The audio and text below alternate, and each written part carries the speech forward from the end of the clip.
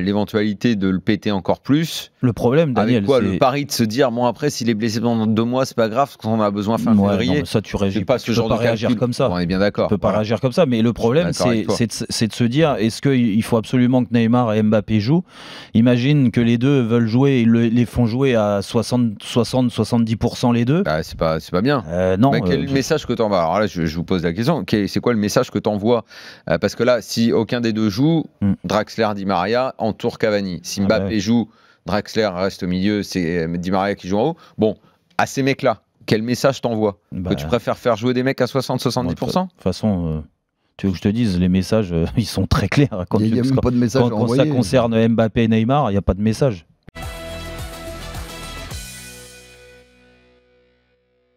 Donc quand ils ne sont pas là, il faut que les autres qui sont autour et qui vont prendre leur place fonctionnent, eux, comme des leaders. Hein. Voilà, Daniel parlait de Di Maria, de Draxler, ça sera à eux de faire des différences dans ces cas-là. Et là, ils peuvent se révéler dans ce poste-là sur 1 ou 2 matchs.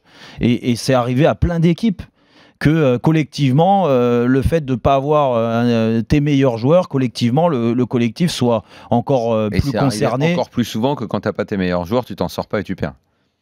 C'est arrivé encore plus souvent, je pense, en problème. Non, mais... Moi, j'aime bien cette façon de vouloir... Non, mais c'est très bien. Je dis pas que c'est impossible d'y arriver s'ils sont pas là. Comme dit Gilbert, effectivement, tu avais battu dans un gros match, les deux étaient pas là.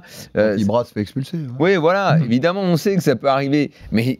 Bon, c'est une façon de positiver quelque part en disant que c'est possible. Ouais. Mais si tu prends en termes de chiffres, bah, tu as plus souvent des équipes qui sont emmerdées quand leurs vedettes sont pas là qu'avantagées. Sinon, ça servira à rien d'avoir une vedette. C'est ce qui fait le charme du foot. Au basket, t'enlèves LeBron James ou machin, bon, bah voilà, c'est mort.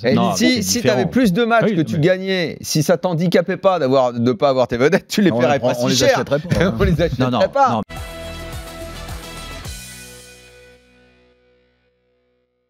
Quand un entraîneur étranger arrive, les joueurs répondent plus ou écoutent plus quand c'est un entraîneur français. Donc il y a une sorte de chouinerie générale qui est en train de s'emparer des entraîneurs français. Alors, je veux bien les entendre, mais pourquoi pas même les défendre?